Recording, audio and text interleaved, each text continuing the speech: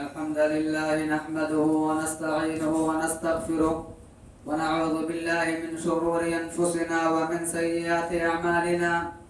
من يهده الله فلا مضل له ومن يضلل فلا هادي له. وأشهد أن لا إله إلا الله وحده لا شريك له وأشهد أن محمدا عبده ورسوله. يا أيها الذين آمنوا اتقوا الله حق تقاته ولا تموتن إلا وأنتم مسلمون. يا أيها الناس اتقوا ربكم الذي خلقكم من نفس واحدة وخلق منها زوجها وبث منهما رجالا كثيرا ونساء واتقوا الله الذي تساءلون به والأرحام إن الله كان عليكم رقيبا. يا أيها الذين آمنوا اتقوا الله وقولوا قولا سديدا يصلح لكم أعمالكم ويغفر لكم ذنوبكم ومن يطع الله ورسوله فقد فاز فوزا عظيما. أما بعد فإن خير الحديث كتاب الله وخير الهدي هدي محمد صلى الله عليه وسلم وشر الأمور محدثاتها وكل محدثة بدعة وكل بدعة ضلالة وكل ضلالة في النار. أعوذ بالله السميع العليم من الشيطان الرجيم. بسم الله الرحمن الرحيم. يا أيها الذين آمنوا كلوا من طيبات ما رزقناكم واشكروا لله إن كنتم إياه تعبدون. معزز حاضرین جمعہ، پچھلے خطبہ جمعہ میں منشیات کے تعلق سے ہم نے چند باتیں جانی اور سمجھی تھی کہ منشیات کے لیے ہماری شریعت کیا رہنمائی کرتی ہے، ہماری شریعت کے اندر ان کی کیا قباحت ہے، یہ تمام چیزیں ہم نے جانی تھی. اور اس کے نقصانات جو ہمارے دنیاوی اور اخروی نقصانات ہیں ان کے بارے میں بھی ہم لوگوں نے جانا اور سمجھا تھا.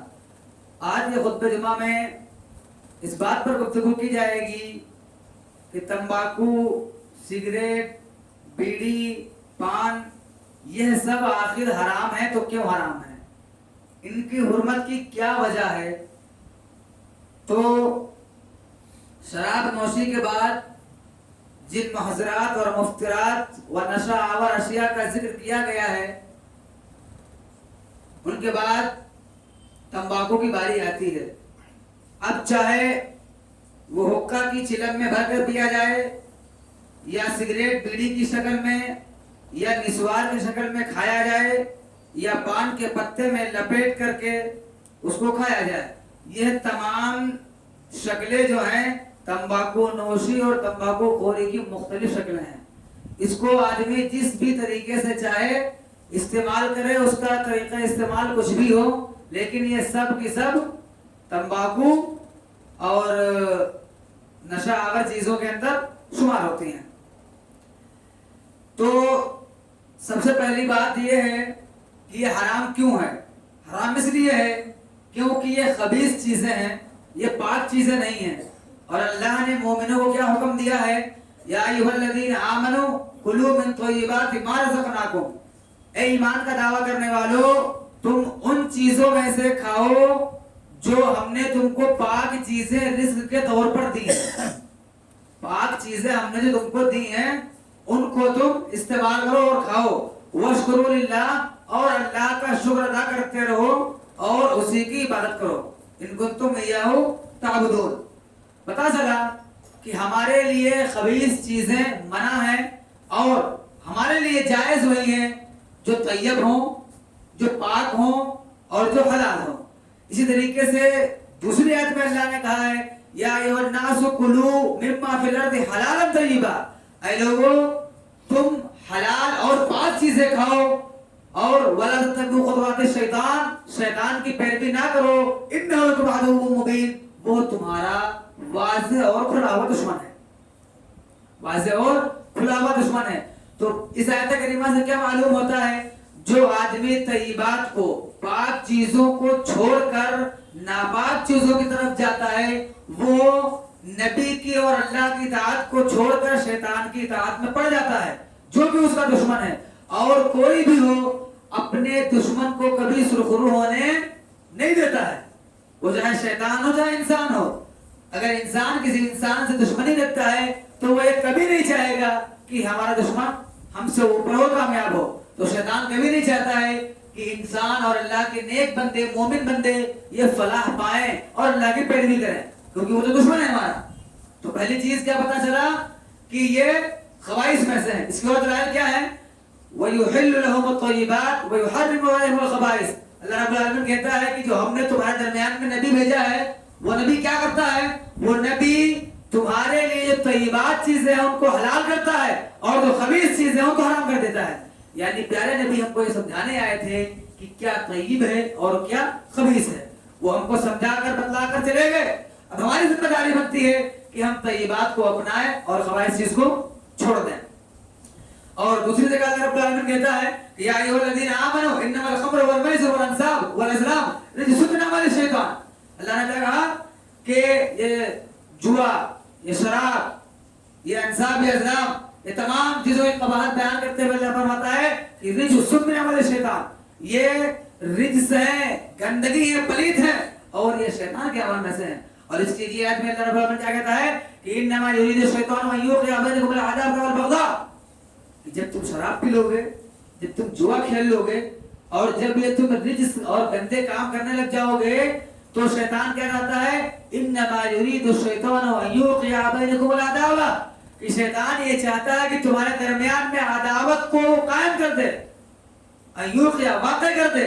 تمہارے درمیان شیطان کیا چاہتا ہے کہ عداوت کو، دشمنی کو ڈال دے. والبغضاء، اور اسی طریقے سے دشمنی فی الخمر اور شراب، یہ تمام چیزیں شیطان ہمارے لیے کیا کرتا ہے؟ ہمارے درمیان میں ڈال دیتا ہے. اور یہ سب کیا ہیں؟ یہ سب ایسی چیزیں ہیں. والمیسر ویصدکم عن ذکر اللہ، اور یہ ایسی چیزیں ہیں اور شیطان یہ چاہتا ہے کہ تم کو اللہ کے ذکر سے دور کر دے. اس آیت کریمہ کی روشنی میں یہ بات معلوم ہوئی کہ جب ہم نشہ آور چیزوں کا استعمال کرتے ہیں تو وہ نشہ آور چیزیں جو کہ حرام ہیں، خبیث ہیں، ایسی صورت میں وہ ہم کو اللہ کے ذکر سے اور نماز سے غافل کر دیتی ہیں، روک دیتی ہیں. تو یہ حرمت کی دلیل ہے کہ جو چیز اللہ کے ذکر سے، قرآن سے، نماز سے روک دے وہ چیز ہمارے لیے جائز اور درست ہو سکتی نہیں ہے. اسی لیے اسلام کے اندر پہلے کیا کہا گیا تھا کہ اے ایمان والو، جب تم نشے کی حالت میں ہو تو نماز کے قریب نہ آؤ. یہ اس وقت آیت کریمہ نازل ہوئی تھی جب شراب کلی طور پر حرام نہیں ہوئی تھی. لیکن جب یہ آیت کریمہ نازل ہو گئی یا ایھا الذین آمنوا انما الخمر والمیسر والانصاب والازلام رجس من عمل الشیطان، تو اس کے بعد وہ آیت منسوخ ہو گئی اور یہ ناسخ ہو گئی. اس کی تلاوت باقی ہے لیکن یہ آیت واضح کرتی ہے کہ مسلمانوں کے اوپر شراب حرام ہو گئی ہے، شراب حرام ہو گئی ہے. تو اگر ہم نشہ استعمال کریں گے تو ایسی صورت میں اللہ کے ذکر سے غافل ہو جائیں گے. شیخ الاسلام ابن تیمیہ رحمہ اللہ فرماتے ہیں کہ فَكُلُّ مَا نَفَعَ فَهُوَ طَيِّبٌ، کہ ہر وہ چیز جس کے اندر نفع ہو وہ پاک ہے. وَكُلُّ مَا ضَرَّ فَهُوَ خَبِيثٌ، اور ہر وہ چیز جس کے اندر نقصان ہے وہ خبیث ہے. اب کوئی بھی آدمی، دنیا کا کوئی بھی عقل سلیم رکھنے والا انسان یہ نہیں کہہ سکتا ہے کہ موجودہ دور میں جتنی چیزیں شراب کے علاوہ، موجودہ دور میں جتنی چیزیں شراب کے علاوہ نشہ کی ہیں ان کے اندر فائدہ ہے کیا؟ عقل سلیم رکھنے والا کوئی آدمی نہیں کہہ سکتا، شریر نقصان ہے. تو علامہ ابن تیمیہ رحمہ اللہ کیا فرماتے ہیں کہ طیب وہ چیز ہے جس کے اندر فائدہ ہو اور نفع ہو، اور خبیث وہ چیز ہے جس کے اندر نقصان ہو، فائدہ نہ ہو. اور آگے اس کی وضاحت کرتے ہوئے کہتے ہیں کہ جس چیز کے اندر فائدہ ہوگا وہ حلال کے مناسبت سے ہے، یعنی اس کا حلال ہونا یہ جائز ہے. اور جس چیز کے اندر نفع نہیں ہے تو مناسبت کے لحاظ سے وہ حرام ہے. یہاں پر حلال اور حرام کے درمیان تفریق نہیں کی گئی ہے، بین کا قاعدہ نہیں استعمال کیا گیا ہے. سیدھے بتا دیا گیا ہے یا تو حرام ہے اور یا تو حلال ہے، بس ختم. اور بین کا قاعدہ آتا ہے مکروہ کا، تو یہ واضح ہے. پچھلے دفعہ بتایا گیا تھا کہ نبی نے بتایا ہے ان الحلال بین اور ان الحرام بین، کہ حلال بھی واضح ہے، حرام بھی واضح ہے. اب اس کے درمیان میں جو کچھ ہے وہ شکوک و شبہات والی چیزیں ہیں. اور جو آدمی شکوک میں پڑ جاتا ہے, شبہات میں پڑ جاتا ہے, وہ حرام میں پڑ جاتا ہے. حرام میں پڑنے کے چانسز زیادہ رہتے ہیں, لہذا شکوک و شبہات سے ہم کو بچنا ہے. فرمایا کہ طیبات کو اللہ رب العالمین نے دوسری جگہ امام ابن تیمیہ رحمہ اللہ فرماتے ہیں کہ طیبات کو اللہ نے حلال ٹھہرایا ہے. وہ کھانے پینے کی چیزیں ہیں جو عقل اور اخلاق کے لیے نفع بخش ہیں, جو عقل اور اخلاق کے لیے نفع بخش ہیں. اور خبیث وہ چیزیں ہیں جو عقل اور اخلاق کے لیے نقصان دہ ہیں. اب چاہے ان کی مقدار زیادہ ہو یا کم ہو. اسی طریقے سے دوسری وجہ کیا ہے؟ دوسری وجہ یہ ہے کہ یہ نشہ آور چیزیں ہیں, اور نشہ آور سے نبی کریم صلی اللہ علیہ وسلم نے منع فرمایا ہے. فرمایا کل مسکر خمر وکل خمر حرام, ہر نشہ آور شراب ہے اور ہر شراب حرام ہے. اسی طریقے سے دوسری جگہ فرمایا کل مسکر حرام وما اسکر منہ الفرق فملء الکف منہ حرام. اللہ کے نبی نے فرمایا کہ ہر نشہ آور حرام ہے جس چیز کا ایک فرق, ایک پیمانہ ہوتا ہے, فرق ایک پیمانہ ہوتا ہے. جس چیز کا ایک فرق نشہ پیدا کرتا ہے تو اس کا ایک کف یا چھوٹی مقدار بھی حرام ہے.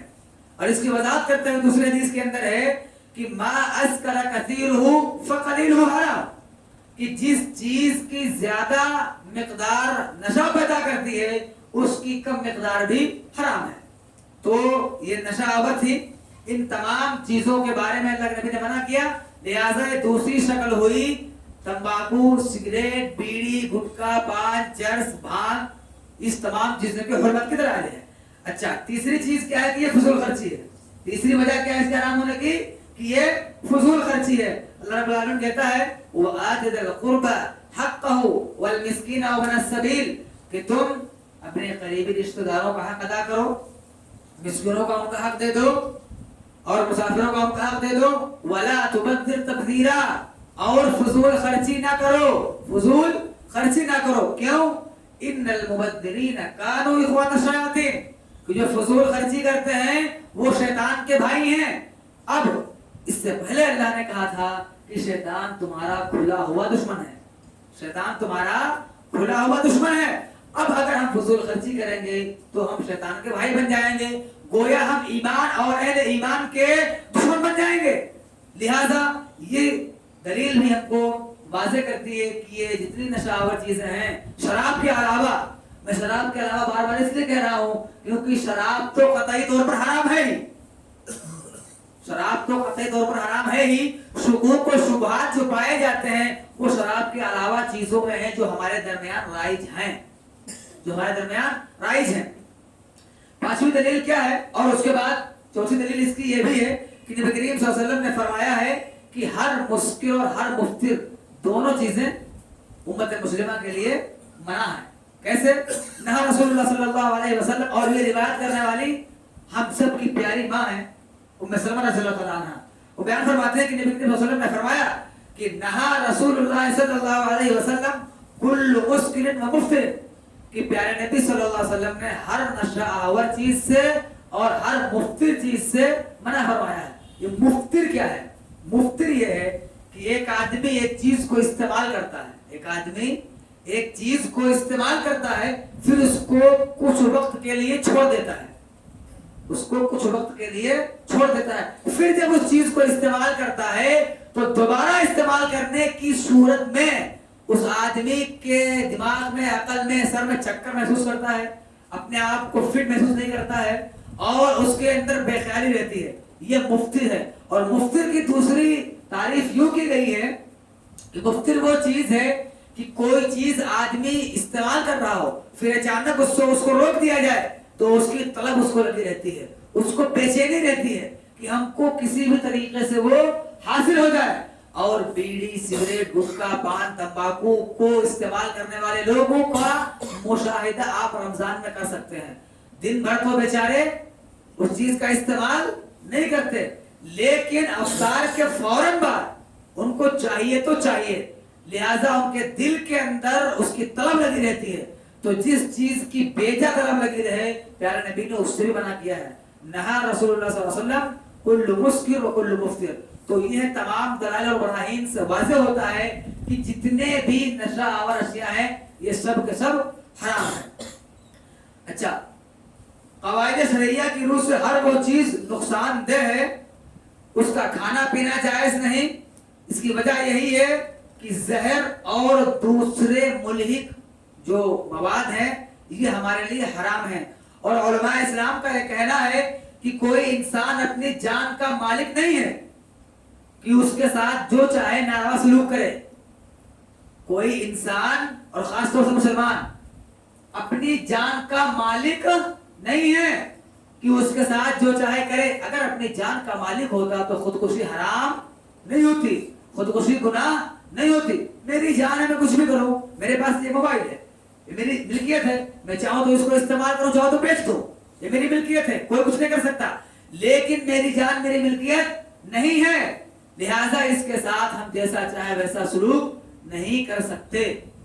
تو اگر ایسا ہوتا تو پھر خودکشی ہمارے لیے جائز ہوتی، کیونکہ ہماری جان ہے، ہم چاہیں تو جئیں اور چاہیں تو مر جائیں، لیکن اس پر ہمارا حق نہیں ہے، ہم اس کی ملکیت نہیں رکھتے۔ یہ اللہ کی ملکیت ہے، اللہ نے امانت کے طور پہ ہم کو دیا ہے، اور اللہ نے امانت کے طور پہ دیا ہے۔ اب اگر اس کے ساتھ ہم خیانت کریں گے تو ہماری گرفت ہوگی، ہماری گرفت ہوگی۔ لہذا اس قانون کو بھی سامنے رکھتے ہوئے یہ بات واضح ہے کہ یہ تمام نشے آور حرام ہیں۔ اللہ رب العالمین کہتا ہے لا تقتلوا انفسکم، اپنے نفسوں کو قتل نہ کرو، اپنے نفسوں کو قتل نہ کرو۔ قتل کا مطلب یہ نہیں ہے گولی سے مار دینا، تلوار سے کاٹ دینا، نہیں۔ کسی بھی چیز کو رفتہ رفتہ ہلاکت کی طرف ڈالنا بھی قتل ہی کہلاتا ہے۔ کسی چیز کو رفتہ رفتہ ہلاکت کی طرف ڈالنا قتل ہی کہلاتا ہے۔ دوسری جگہ اللہ رب العالمین کہتا ہے کہ لا تلقوا بأیدیکم إلى التہلکہ، اپنے ہاتھوں کو، اپنے آپ کو ہلاکت میں نہ ڈالو، ہلاکت میں نہ ڈالو۔ اور نبی کریم صلی اللہ علیہ وسلم نے فرمایا لا ضرر ولا ضرار، نہ نقصان اٹھاؤ اور نہ نقصان پہنچاؤ۔ تو پتہ چلا کہ جب آدمی بیڑی، سگریٹ، گٹکا، تمباکو جیسی اشیاء کو استعمال کرتا ہے تو اس سے سامنے والے بیٹھے ہوئے انسان کو تکلیف ہوتی ہے۔ اتنا ہی نہیں بلکہ فرشتوں کو بھی اس سے تکلیف ہوتی ہے، فرشتوں کو بھی تکلیف ہوتی ہے۔ اسی لیے پیارے نبی نے کہا ہے کہ تم میں سے جب کوئی لہسن اور پیاز کھائے کچا تو وہ ہماری مسجدوں سے دور رہے۔ کیوں؟ کیونکہ اس کے اندر ایک قسم کی بو ہوتی ہے۔ حالانکہ لہسن اور پیاز ہمارے لیے جائز ہیں، ان کو پکا کر ان کی بو مار کر ہم کھا سکتے ہیں، کچا بھی کھا سکتے ہیں، لیکن چونکہ ان کے اندر ایک بو ہوتی ہے جس سے پریشانی اور تکلیف کا باعث ہے تو اس کو مسجد میں آ کر منع کیا گیا ہے۔ لیکن یہاں پر ہمارے سماج کے اندر بے شرمی اور بے غیرتی کا عالم یہ ہو گیا ہے کہ مسجد کے باہر کھرا، تمباکو، پان، سگریٹ وغیرہ کا استعمال کریں گے اور دھڑلے سے آ کر کے مسجد کے وضو خانے میں او کر کے اس کو ڈال دیں گے، پورا گندا کر دیں گے۔ اب گندا کرنے کے بعد وہ مؤذن صاحب کی ذمہ داری ہے کہ وہ اس کو رگڑیں اور صاف کریں۔ بھائی پیاز کھا کر کے ہم نے مسجد کو گندا تو نہیں کیا تھا نا، لیکن اس خبیث چیز کو کھا کر کے ہم نے مسجد کو گندا کر دیا۔ مسجد کی پراپرٹی کے اندر ہم نے اس کے صحن کو ہم نے برباد کیا، گندگی سے اس کو آلود کر دیا ہم نے۔ تو پھر ایسی صورت میں ہمارے اوپر کیا ہونا چاہیے کہ ایک تو غلط کام بھی کر رہے ہیں اور پھر مسجد کو بھی گندا کر رہے ہیں۔ بہرحال یہ 5 دلائل ہوئے جن کی وجہ سے شراب، جن کی وجہ سے سگریٹ، بیڑی، پان، تمباکو وغیرہ یہ سب حرام ہے۔ اچھا، ماہرین طب کا اس بات پر اتفاق ہے کہ تمباکو یہ صحت کے لیے مضر ہے، لہذا فقہا نے ان نقصانات اور بعض نصوص اور اسباب کی بنا پر تمباکو کو حرام قرار دیا ہے۔ اولاً یہ صحت کے لیے مضر ہے، چنانچہ نبی کریم صلی اللہ علیہ وسلم نے فرمایا من قتل نفسہ بشیء عذب بہ یوم القیامہ، جس آدمی نے اپنے آپ کو کسی چیز سے قتل کیا قیامت کے دن وہ اس کو اسی چیز کے ذریعے سے عذاب دیا جائے گا۔ قیامت کے دن اس انسان کو اسی چیز کے ذریعے سے عذاب دیا جائے گا۔ اگر ہم دنیا کے اندر تمباکو نوشی کرتے ہیں تو مرنے کے بعد قیامت کے دن ہمیں تمباکو سے عذاب دیا جائے گا، اور وہ عذاب کیسا ہوگا اس کو ہم تصور نہیں کر سکتے، اس کا تصور ہمارے دل کے اندر نہیں آ سکتا۔ اور علماء کی جو دوسری دلیل ہے وہ یہ کہ تمباکو استعمال کرنے والا شخص جب کچھ وقت کے لیے اس کا استعمال چھوڑ دے اور پھر دوبارہ شروع کرے تو اپنے جسم کے اندر ایک فطور، ڈھیلا پن استعمال کرتا ہے، بے چینی محسوس کرتا ہے. جب اس کا استعمال چھوڑ دے پھر استعمال کرنے لگے تو پھر ایسی صورت میں اپنے اندر وہ ایک بے چینی، بے قراری پاتا ہے اور جو مفطر کے حکم میں آتا ہے. لہذا یہ دلیل بھی اس کے لیے واضح ہے. اور تیسری چیز یہ ہے کہ اس کے تلخ ذائقہ اور بدبو پر اسے خبائث میں شمار کیا گیا ہے جو نص قرآنی کی روح سے حرام ہے. وَيُحِلُّ لَهُمُ الطَّيِّبَاتِ وَيُحَرِّمُ عَلَيْهِمُ الْخَبَائِث. کہ تمہارے درمیان ایک نبی ہے، وہ نبی کیا کرتے ہیں کہ تمہارے لیے جو پاک ہیں ان کو حلال کرتے ہیں اور جو خبیث چیزیں ان کو حرام کر دیتے ہیں. اب اس آیت کریمہ کے روح سے تلخ ذائقہ ہے. کوئی بھی ان چیزوں کا استعمال کرنے والا آدمی ان کے ذائقے کی تعریف تو نہیں کر سکتا. کم سے کم اگر عقل سلیم رکھتا ہے وہ ان کے ذائقے کی تو تعریف نہیں کر سکتا. اسی طریقے سے اس کی بو جو آتی ہے اس سے بھی وہ کمپرومائز نہیں کر سکتا ہے کہ اس کی بو اچھی ہے. لہذا وہ ایسی صورت میں تکلیف دہ چیز ہے تو وہ بھی حرام کے دائرے میں آ گئی. اور اس سے لوگوں کو تکلیف بھی ہوتی ہے اور ہم کو ایک دوسرے سے تکلیف دینے کے لیے منع بھی کیا گیا ہے. اس کی دلیل کیا ہے؟ اور فرشتوں کو بھی تکلیف ہوتی ہے. والذین یؤذون المؤمنین والمؤمنات بغیر ما اکتسبوا فقد احتملوا بہتانا واثما مبینا. کہ جو آدمی مومن مرد یا عورتوں کو بغیر سبب تکلیف پہنچاتا ہے، اذیت دیتا ہے، تو وہ ایک بڑے بہتان اور بڑے گناہ کا بوجھ اپنے اوپر اٹھا لیتا ہے.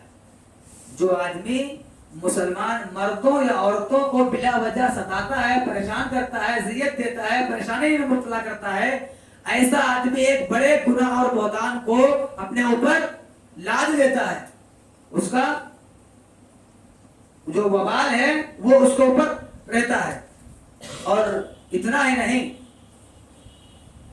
بلکہ اس کی حرمت کے قائل مذاہب عربہ کے جو مذاہب عربہ ہیں، احناف، مالکی، حنبلی، شافعی، سبوں نے اس کے حرمت کے دلائل دیے ہیں اور سب اس کی حرمت کے قائل ہیں.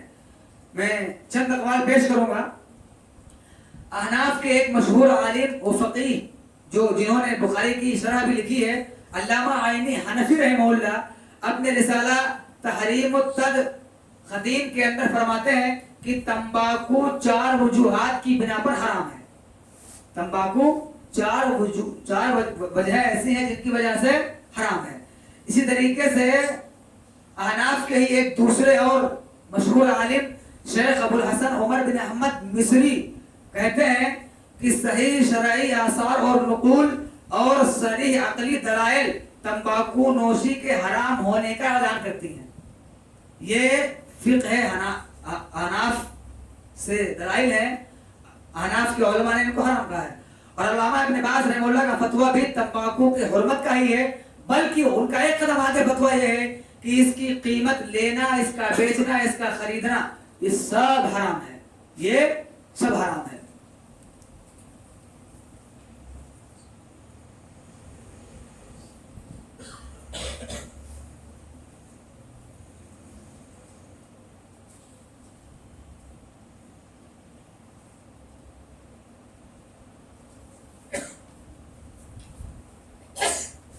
تو ائمہ کے اقوال اور تمام دلائل اور براہین سے یہ بات واضح ہو گئی کہ تمباکو، سگریٹ، بیڑی، یہ جتنا جو کچھ بھی ہے یہ سب حرام ہے. اور ایک نقطہ آپ کو میں اور بتاتا چلوں کہ ایک آدمی جو درمیانے طور پر سگریٹ پیتا ہے، 20 سال کے اندر 20 سال میں 11,000 پیکٹ استعمال کرتا ہے. وہ کتنے؟ 11,000. اور تقریباً 20 لاکھ سگریٹ پیتا ہے وہ 20 سال میں تقریباً. اور اگر اس کو لمبائی میں ناپا جائے تو تقریباً 15.5 کلومیٹر کی اس کی قطار بن جائے گی. اتنی سگریٹ وہ 20 سال میں پیتا ہے. اور دوسری تحقیق یہ ہے کہ آدمی جب اتنا پیتا ہے تو تقریباً 160 کلو گرام جو نشہ ہے وہ اپنے جسم کے اندر اتارتا ہے، جس میں سے 800 گرام صرف نکوٹین اس کے جسم کے اندر جاتی ہے. اور نکوٹین وہ خبیث چیز ہے، وہ مہلک مواد ہے جو ایک جانور کو ایک بھوت پلا دیا جائے تو وہ فوراً موت کے منہ میں چلا جائے گا۔ الغرض یہاں پر ایک شک اور شبہ اور اعتراض کا ازالہ، جو اس کا ازالہ کر دینا نہایت ہی ضروری ہے، وہ یہ ہے کہ بعض لوگوں کے یا ان کے مطالعے کے یا جہاں تک ان کے علم کی رسائی ہے، ان کے علم کی حد تک کہنا ہے کہ کیا تمباکو فی نفسہ حرام ہے، کیا تمباکو فی نفسہ حرام ہے یا نہیں؟ تو پہلے تو بتا دو کہ تمباکو فی نفسہ حرام ہے۔ اب اس کا دلائل کیا ہے، اس کو سمجھنے کے لیے تھوڑا جائیں گے پیچھے، کتنا پیچھے؟ تقریباً 400-450 سال پیچھے جائیں گے۔ شیخ احمد ابن حجر کی تحقیق کے مطابق تمباکو 1000 ہجری میں پیداوار ہے۔ تمباکو کی پیداوار کب سے ہے؟ تقریباً 1000 ہجری، یعنی آج سے تقریباً 400-450 سال پہلے تمباکو کا وجود ہوا۔ تاریخ میں جو بات محفوظ ہے وہ یہ ہے کہ 1419 میں کولمبس اور اس کے ساتھیوں نے وسطی امریکہ کا انکشاف کیا تو انہوں نے دیکھا کہ وہاں کے لوگ جو ہے تمباکو نوشی کرتے ہیں۔ ان میں سے بعض لوگ تمباکو کے لفافے بنا کر کے ایک طرف سے آگ لگاتے ہیں اور دوسری طرف سے اس کے نشے سے اپنے آپ کو کیا کرتے ہیں؟ نشہ آوری کرتے ہیں۔ اسی طریقے سے دوسری طرف سے کش لگاتے ہیں، اور یہی صورت بعد میں سگریٹ نے اپنا لی، یہی صورت جو ہے بعد میں سگریٹ نے اپنا لی۔ پھر کہتے ہیں پرتگال میں فرانسی سفیر میسو نیکوٹ، اس کا نام ہے، اس کا بیج فرانس لے کر کے آیا، اس کا بیج فرانس، یہ فرانس کا سفیر تھا۔ کون؟ میسو نیکوٹ، یہ فرانس کا سفیر تھا، یہ وہاں سے فرانس لے کر کے آیا اور یہ پودا اس نے لگایا اور یہ اسی نام سے مشہور ہو گیا۔ برطانیہ میں اس کی کاشت سب سے پہلے 1584 میں ہوئی۔ مشرقی ممالک میں سب سے پہلے اس کی کاشت 1901 میں آئی اور یہ مصر میں 1901 میں مصر میں آئی۔ تمباکو کے اس پودے کے مختلف علاقوں میں مختلف نام تھے۔ کسی علاقے میں اس کو شخص کے نام سے موسوم کر دیا گیا جو اس کو پہلے اپنے علاقے میں لاتا تھا، تو کسی علاقے میں اس کو اس کی جگہ سے موسوم کر دیا گیا جس علاقے میں وہ پیدا کی جاتی تھی۔ تو مثلا فرانسیوں نے اپنے سفیر میسو نیکوٹ کے نام پر اس پودے کا نام نکوٹین رکھا، اس پودے کا نام نکوٹین رکھا۔ اور کینیڈا، وسطی امریکہ اور جزائر میں ٹوبیکو میں یہ ٹوبیک کہلایا اور ہسپانیہ میں اس کو ٹوبیکس کہتے ہیں۔ ہمارے ہندوستان میں اس کو تھوڑا سا تراش خراش کے تمباکو کہہ دیا گیا۔ اب آپ کہیں گے کہ یہاں پر وہ شبہ وہ شک کا ازالہ ہی نہیں ہوا کہ یہ فی نفسی حرام ہے کہ نہیں۔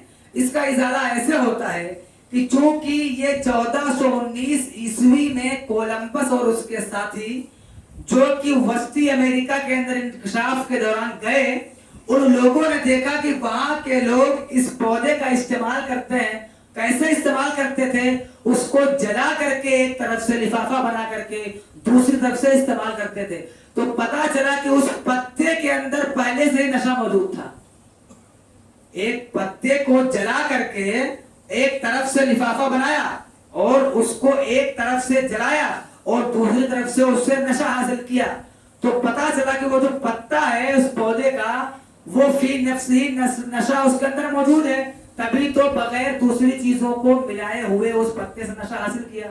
اب اس پتے کے اندر نشہ آ گیا، لہذا وہ پتا فی نفسی نشہ آور ہے، اس کے اندر تمباکو موجود ہے۔ کیوں کہ اس میں کوئی اور چیز ملائی نہیں گئی۔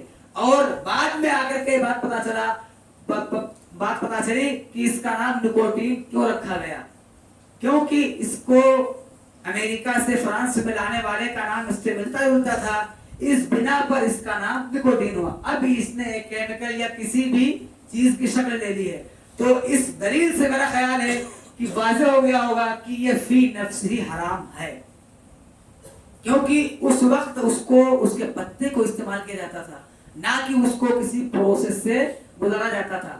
اب اس کو عقلی طور پر بھی کہا جا سکتا ہے کہ اگر اس کو ہم فی نفسی حرام نہیں مانتے تو پھر ایک وقت کے لیے قرآن اور حدیث کے جو دلائل ہیں ایک وقت کے لیے ان کو تھوڑا کنارہ رکھ دیا جائے, شراب کی بھی حرمت ختم ہو جائے گی. کیوں؟ انگور سے بنتی ہے اور کہیں کہیں پر سرکے سے بھی شراب کو بنایا جاتا ہے. تو اگر اس کو ایک پروسیس سے نہ گزارا جائے تو انگور کی شراب نہیں بن سکتی, کیونکہ فی نفسی انگور حرام نہیں ہے, سرکہ بھی حرام نہیں ہے, گنے کا رس جوس کو حرام بولتا ہے اس کو.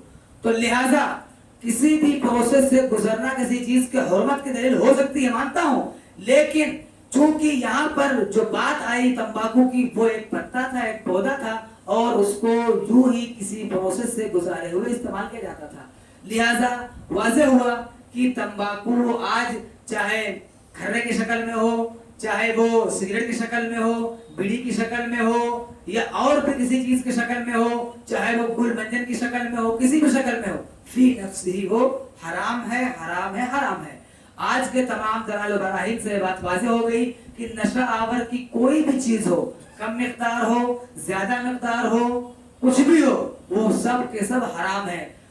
ہم اللہ رب العالمین سے دعا کرتے ہیں, الہ العالمین ہمیں جو چیزیں اللہ رب العالمین نے, نبی نے جن چیزوں سے منع کیا ہے ان سے ہمیں باز رہنے کی توفیق عطا فرمائے, اور جو چیزیں ہماری صحت کے لیے مضر ہیں اللہ ہمیں ان سے بھی بچنے کی توفیق عطا فرمائے. امید کرتا ہوں انشاءاللہ ہمارے تمام مسلمان بھائی جو بھی شیطان کی طرف سے بہکایا میں آ کر کے اس خبیث چیز کا استعمال کیا, اللہ رب العالمین سے دعا کریں گے کہ اللہ رب العالمین ان کو اس خبیث چیز کو چھوڑنے کی توفیق عطا فرمائے.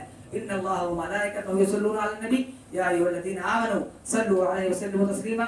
اللهم صل على محمد وعلى ال محمد كما صليت على ابراهيم وعلى ال ابراهيم انك حميد مجيد. اللهم بارك على محمد وعلى ال محمد كما باركت على ابراهيم وعلى ال ابراهيم انك حميد مجيد. عباد الله رحمني ورحمكم الله, ان الله يأمر بالعدل والإحسان وإيتاء ذي القربى وينهى عن الفحشاء والمنكر والبغي يعظكم لعلكم تذكرون. سبحان ربك رب العزة عما يصفون وسلام على المرسلين والحمد لله رب العالمين.